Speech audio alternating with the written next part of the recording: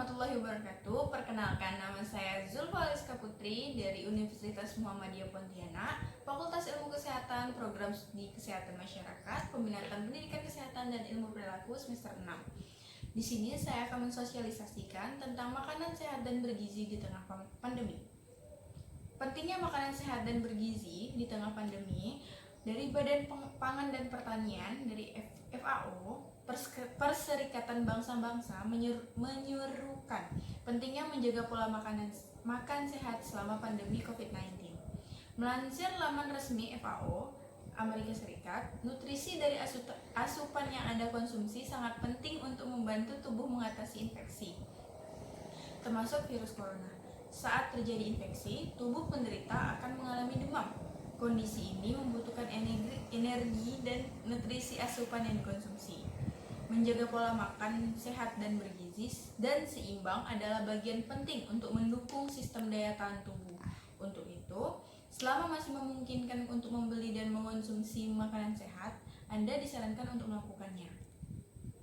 Tujuan makanan sehat dan bergizi di tengah pandemi yaitu menjaga imunitas tubuh sehingga bisa menurunkan risiko infeksi virus corona atau COVID-19. Dari dampak jika kita tidak mengkonsumsi makanan sehat dan bergizi di tengah pandemi yaitu yang pertama ada dampak yang ditimbulkan yaitu imunitas kita bisa menurun. Jika imunitas kita bisa menurun, dapat menimbulkan penyakit dikarenakan tidak mengkonsumsi makanan sehat dan bergizi dan bisa berisiko tertular virus COVID-19 tersebut dikarenakan virus tersebut menyerang imun kita. Yang kedua, jika kita sudah tertular, bisa saja kita juga dapat menularkan kepada keluarga terdekat. Dan yang ketiga, dengan begitu kita tidak bisa memutus rantai penyebaran dan menghentikan kasus tersebut dengan mudah. Yang keempat, kebiasaan makanan sehat dan bergizi yang salah itu tuh ada beberapa macam, yaitu pertama, tidak cukup makan kacang. Kacang adalah sumber protein, serat, lemak untuk jantung yang sehat dan vitamin. Namun menurut laporan terbaru, kebanyakan orang hanya mengkonsumsi 12% dari jenis kacang-kacangan yang baik untuk kesehatan. Bahkan asupan kacang harian rata-rata hanya 3 gram, padahal yang dianjurkan adalah 21 gram. Yang kedua, mengurangi susu. Menurut penelitian baru, tindakan konsumsi susu hanya 16% dari jumlah yang dianjurkan. Beberapa ahli sebenarnya menetapkan jumlah konsumsi susu setiap hari paling tidak 435 gram. Konsumsi susu murni dan produk susu berlemak lainnya dapat membantu anak-anak menyerap vitamin D dengan lebih efisien dan membantu tulang menjadi lebih kuat. Selanjutnya adalah makan terlalu sedikit biji-bijian. Masih menurut hasil penelitian, rata-rata orang hanya mengkonsumsi 29 gram biji-bijian. Padahal jumlah yang disarankan yaitu 125 gram per hari.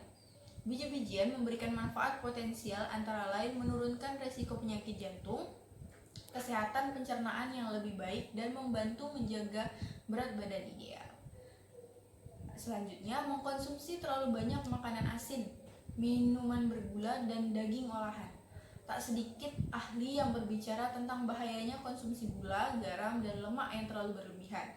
Kadar gula yang berlebih dapat menyebabkan penambahan berat badan, diabetes, kerusakan gigi, dan peningkatan risiko stroke serta serangan jantung dan demensia. Sedangkan makanan yang kadar garamnya lebih tinggi dapat menyebabkan tekanan darah tinggi, stroke, dan serangan jantung. Begitu juga dengan makanan berlemak, seperti daging olahan dapat meningkatkan peluang diabetes, penyakit jantung, dan beberapa jenis kanker. Yang terakhir, cara mengkonsumsi makanan sehat dan bergizi yang baik dan benar. Itu tuh ada batasi asupan garam. Ketersediaan makanan segar bisa saja menurun, dan itu karena mungkin kita perlu mengandalkan makanan kaleng, beku, dan olahan. Banyak dari makanan ini mengandung kadar garam yang tinggi, jadi tidak disarankan untuk mengkonsumsi makanan yang berasal dari kalengan. WHO merekomendasikan untuk mengkonsumsi kurang dari 5 gram per hari. Untuk mencapai ini, prioritaskan makanan tanpa garam. Kita juga bisa mempertimbangkan membilas makanan kaleng seperti sayuran dan kacang-kacangan untuk menghilangkan kelebihan sodium.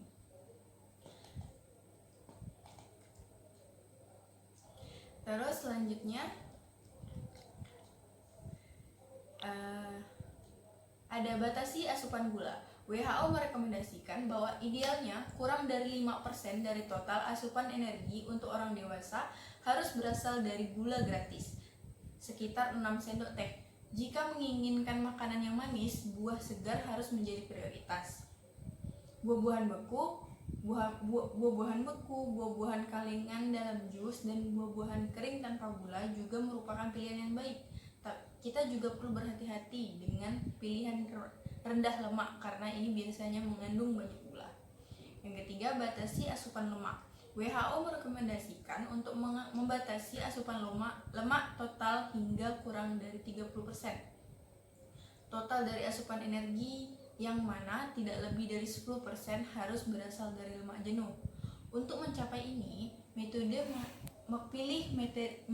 memasak yang membutuhkan sedikit atau tanpa lemak, seperti mengukus, memanggang, atau menumis daripada menggoreng makanan.